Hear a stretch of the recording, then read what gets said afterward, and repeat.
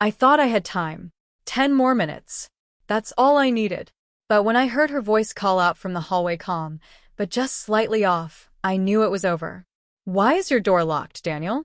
That was the moment everything changed. It started innocently. At least that's what I told myself. I wasn't trying to become someone else. I just wanted to feel something that felt mine, something quieter than the noise in my head, something softer. It began with one dress. An old floral sundress stuffed behind my mom's winter coats. Too big, too dated. But it hung like a secret, loose swaying. When I tried it on that first time, my heart pounded so loud. I thought it would echo through the walls. I didn't know what it meant. I just knew that when I looked in the mirror, something clicked. I'd been careful for months. Only when she was out grocery shopping or visiting Aunt Marcy. But that day, I misjudged. She had come back early. I hadn't heard the garage. I didn't hear her footsteps until she was right outside my room. And that knock, that quiet, terrifying knock. "Daniel," she said again. "Open the door." I stood in front of the mirror, frozen. The soft green dress I'd taken from her closet clung to my shoulders. My legs were bare. I'd even tried on a pair of her earrings. Panic surged. I scrambled, yanked the earrings off, tried to pull the dress over my head, but I fumbled, got tangled in the sleeves, and then click. She had a key. The door creaked open, and she just stood there, not screaming, not laughing, just staring. "What is this?" she asked. I couldn't answer, couldn't look her in the eye. I just stood there like a mannequin, half-dressed, half-ruined. She held up her hand. "Save it." She stepped inside, walked past me, and calmly sat on the edge of my bed. Her eyes didn't leave mine. "You like wearing dresses, Daniel?" I swallowed hard. Silence. I don't know. She looked me up and down. Not with disgust, not even shock, just quiet calculation. Then she stood, walked to the door, and said, "All right. If you like dresses, then you'll wear them every day until I say otherwise." She didn't slam the door. She didn't raise her voice. She just left. I sank to the floor, dress half off, shaking. Was this a punishment, a test, or something much more terrifying? Something permanent? All I knew was this. She didn't threaten me. She didn't tell Dad. She didn't demand an explanation. She just took control. And from that day on, my life didn't belong to me anymore. It belonged to the girl she decided I was going to become. The next morning, I found a note taped to my closet door. "Outfit's ready. You'll wear it to breakfast. No excuses." At first, I thought it was a joke, a scare tactic. But when I opened the closet, my entire top shelf was empty. The drawers, too. Every single one of my old clothes, t-shirts, jeans, boxers gone, replaced. Now the closet was full of soft fabrics, pastel shades, and hangers that didn't feel like mine. My hands trembled as I reached for the outfit laid out carefully on the bed. A long cotton skirt, a light blue blouse, white socks, and simple sandals. I stared at it like it might disappear. It didn't. Downstairs, she was already at the table. "Come." Reading the paper, not saying a word. When I walked in, she barely looked up. "Sit. Eat." I lowered myself into the chair slowly, trying not to wrinkle the skirt. I could feel every shift in the fabric. Every brush of movement was a reminder that this wasn't supposed to be me. But she never commented. Just poured juice like it was any other morning. Then she said, "From now on, this is how you'll dress at home. And no changing back after breakfast." I stared at her. "But why?" "Because clearly you want this," she replied without looking at me. "And if you're going to wear dresses in secret, you're going to do it openly under my watch." But I didn't. She raised an eyebrow. "Didn't what?" "Enjoy it." I froze. She had me not with threats, not with punishment, with truth. That weekend, she took me shopping. She didn't ask if I wanted to go, just said, "Get in the car. We need to get your size right." She led me through them all like she was shopping for a daughter she'd always had but never spoken of. I followed behind her like a shadow, terrified someone would recognize me. She handed me items without speaking. Dresses, blouses, tights, even a simple handbag. Then she pointed to the fitting room. I stood frozen. Her voice was low but firm. "Try them all on every single one. I'll be right here. So I did one by one. And each time I stepped out to show her, she made small comments. Tuck your hair behind your ears. Try softer steps. Smile, but not too wide. It was like she wasn't just dressing me. She was training me. At home, she introduced rules. You'll practice makeup every evening, 5 minutes minimum. You'll sit properly during dinner, legs together, hands visible. If you're wearing the clothes, you'll act like someone who's meant to wear them. I wanted to fight it, to rebel. But I didn't because I didn't know what scared me more, losing control, or how right it all started to feel. Each day she'd leave a new outfit out, each one a little more daring than the last. A pleated skirt that danced when I moved, a soft cardigan that brushed my wrists, ballet flats with tiny bows. And each time I thought I'd break, but I didn't. I wore them, and I began to notice things. I walked differently, spoke less, watched myself in the mirror longer, and even though my heart screamed that it wasn't supposed to be this way, my reflection started to whisper otherwise. By the 3rd week, she said, if you're going to wear dresses daily, we should start working on posture and voice. I laughed nervously. Voice. She didn't smile. Yes, you'll practice every night, but what if someone sees me? Her reply was simple. They already will. I'm signing you up for the church volunteer brunch. You'll attend in your new role. I stared at her in disbelief. You're not serious. I'm very serious, she said. And if you're going to live this truth, you'll live it fully. And just like that, it was official. No more pretending, no more hiding, just daily dresses and the growing feeling that I didn't know where this ended, or if I wanted it to. The morning of the brunch, I sat on the edge of my bed in silence. The dress she chosen hung from the closet door, peach chiffon with a modest neckline and flutter sleeves. The kind of outfit that wouldn't draw attention, yet somehow screamed, look at me, when it was on me. Next to it, a white purse, low nude heels, light peach lipstick, and matching press-on nails laid out like tools in a silent ritual. It was all waiting. And so was she. Do you want me to cancel? She asked gently, standing in the doorway with folded arms. I looked up at her, startled. What?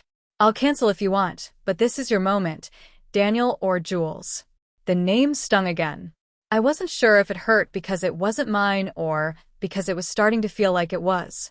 I didn't answer, just stood, dressed slowly, and let her zip me up in silence. The heels felt foreign, the perfume even more so. But when I looked in the mirror full length, clean, what scared me most wasn't that I looked feminine. It was that I looked composed, like someone who belonged in the car. She gave instructions like a coach. Smile lightly when someone compliments you. Don't fidget with your hair. Breathe through your nose if you feel panic. I didn't reply. I just nodded. What else could I do? The church parking lot was already full. Laughter and the smell of brunch food spilled through the open side doors. The moment I stepped out of the car, a gust of wind caught my dress, and I had to pin it down with one hand. I heard a voice. Jules. I turned. Mrs. Benton from the Women's Bible Group. Her eyebrows raised for a split second. Then she smiled. Don't you look lovely today? I forced a nod and a smile. Thank you, ma'am. Ma'am. My voice cracked at the end. My heart raced, but she didn't seem to notice. Inside, it was like walking into a spotlight I couldn't escape. Every table we passed, every chair, every glance. Were they judging me? Or worse, did they not see anything wrong? Mom acted like nothing was different. She guided me to our table, introduced me to 3 other women as her daughter, and left me there with a plate of fruit and a cup of orange juice. I sat in silence. One of the women leaned in. How old are you, Jules? My throat tightened. 17, I said quietly. You look very poised for your age. I can tell your mother's proud. Proud. The word rang in my ears. I excused myself minutes later and went to the bathroom. Inside, I stood in front of the mirror and locked eyes with the girl in the reflection. Peach dress, pressed lips, eyes too wide, hands shaking. I pressed my palms to the counter and whispered, "This isn't me." But it echoed back like a lie because this was me. This had become me. When I came out, Mom was waiting outside the door. She looked me over once, then said softly, I told you it would feel natural if you stopped resisting. I bit my lip. What if I don't want this to be forever? She tilted her head. But what if it already is? That night, we didn't talk. Not about the brunch. Not about how many people complimented me. Not about how I didn't run. I sat at the dinner table in sweatpants and a hoodie, my first boy clothes day in weeks. She didn't comment, but as we cleared the dishes, she said, "You've come too far to go backward now." Then she handed me a new journal. The cover read, "Becoming." Inside, the first page was blank except for a note in her handwriting. You never needed permission, but you have it anyway. That night, I stared at the ceiling in the dark. Was this what it meant to be trapped? Or was this what it meant to be found? Because no matter how much I tried to pull away, part of me didn't want to escape. I didn't ask to stop, but I thought I'd earn the option. After the brunch, I tried to ease things. Go slow again. A compromise. Jeans instead of skirts. Neutral t-shirts, no makeup, just time to think. But she noticed immediately, and she didn't say anything. Not at first. Not until that Friday. It was the first time I dared to wear my old sneakers to breakfast. Mom didn't glance up from her tea. She just stirred gently and said, "You're slipping." I paused halfway to the fridge.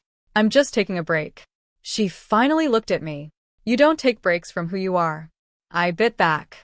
What if I'm not sure who I am? Her tone dropped, calm, but pointed.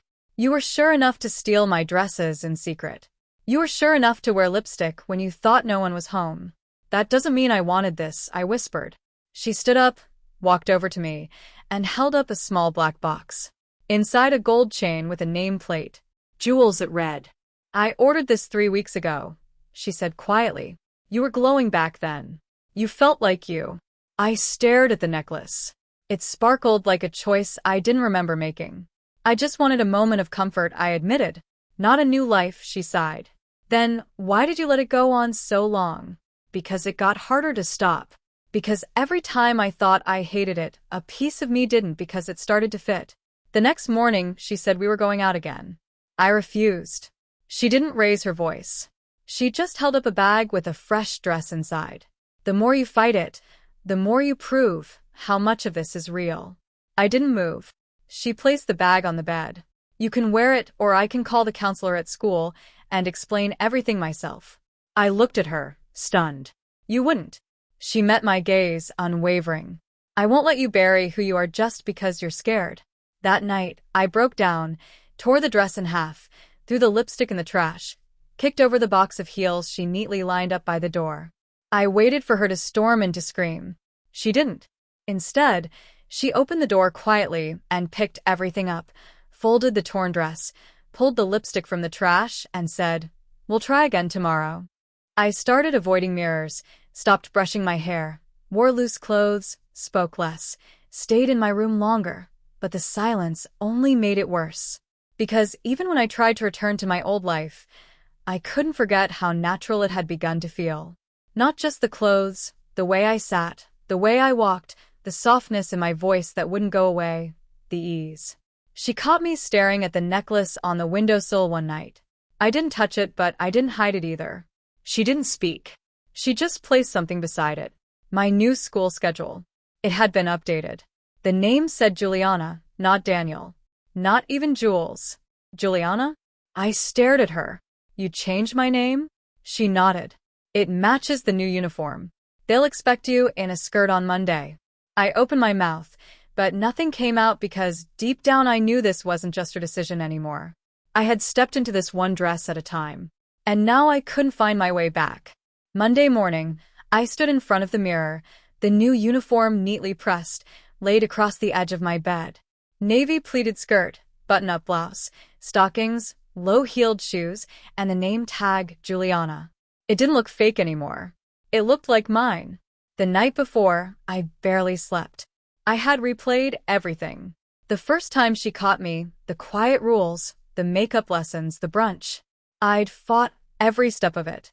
But somehow I had arrived here on my own feet in a life I never planned but couldn't escape. Or maybe didn't want to. Mom didn't even knock that morning. She opened the door gently, holding a small pink box. Inside the gold nameplate necklace. I cleaned it, she said, just in case you wanted to wear it. I hesitated. Then I took it, fastened it around my neck. It sat there warm, familiar. No longer a chain, but a choice. School was quiet. Some kids whispered, some looked twice, but no one said what I feared. And by the end of the day, even the teachers had started calling me Juliana, like they'd done it all year. I should have felt relief. Instead, I felt a strange kind of peace. That evening, Mom and I had dinner like usual, chicken and rice. I helped wash the dishes. We didn't talk about the change, about the stairs, about how different everything had become until she said softly, "I've never seen you this still." I turned to her confused still. She Smiled. "You've always been restless, uncomfortable in your skin, like you were waiting for someone to let you exhale." "And did you?" I asked. Her answer was quiet but firm. "I didn't let you. I watched you." Later that night, I sat at my desk writing in the journal she gave me, becoming page after page now filled with questions I'd been afraid to ask. Who am I now? Was this always inside me? Do I feel freer or just more trapped in a different way? But under all the questions, there was one sentence I couldn't ignore. I don't want to go back. Not because I couldn't, but because something in me had already moved on. As I turned out the light and climbed into bed, I caught my reflection in the mirror across the room. No wig, no fake voice, no makeup, just me. Still in the skirt, still with the necklace, and somehow okay with it. And that's when I knew she didn't force me into this. She opened a door, and I walked through it. Thought balloon. What would you have done if your mom had caught you in that moment? Would you have run, confessed, or followed her rules? Backhand and deck pointing down. Let us know in the comments. We read every single one. Bellhop Bell.